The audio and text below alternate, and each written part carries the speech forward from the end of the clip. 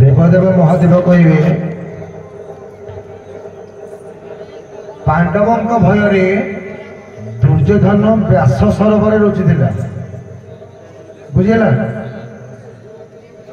से भाया देवदेव महादेव कहार भय व्यास सरोवर लुचिला कौन कहतु कांड सरस्वती हेलो आज्ञा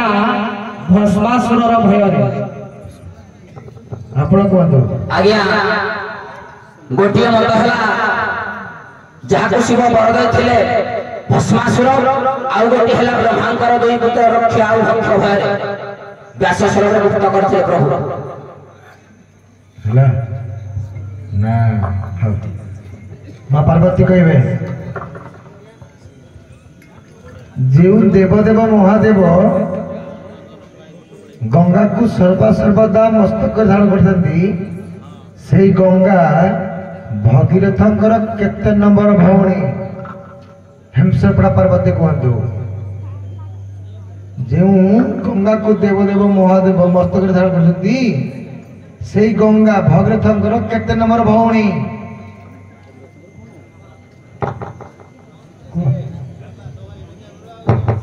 से भगीरथंकर भौणी केते नंबर भौणी ठीक है आज्ञा 3 नंबर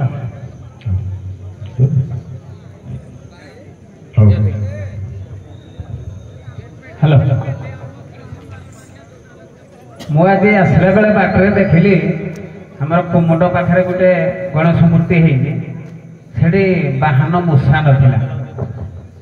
तुम भी देखी बोले आसला बेले यही कह गणेश थरे इच्छा कले मु मयूर उपरे बसिकी बुलिबी है तेणु से कौ समय मयूर उपरे बसिले बसिला पर कौन काम कले आज्ञा गणेश केउ समय मयूर उपरे बसिले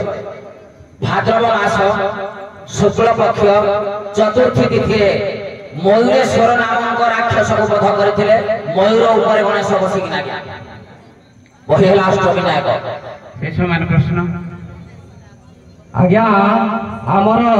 त्रेतया जुगरे होजी गणेश शंकर नामटा होची मयूरेश एवं तांकर मयूर वाहन आज्ञा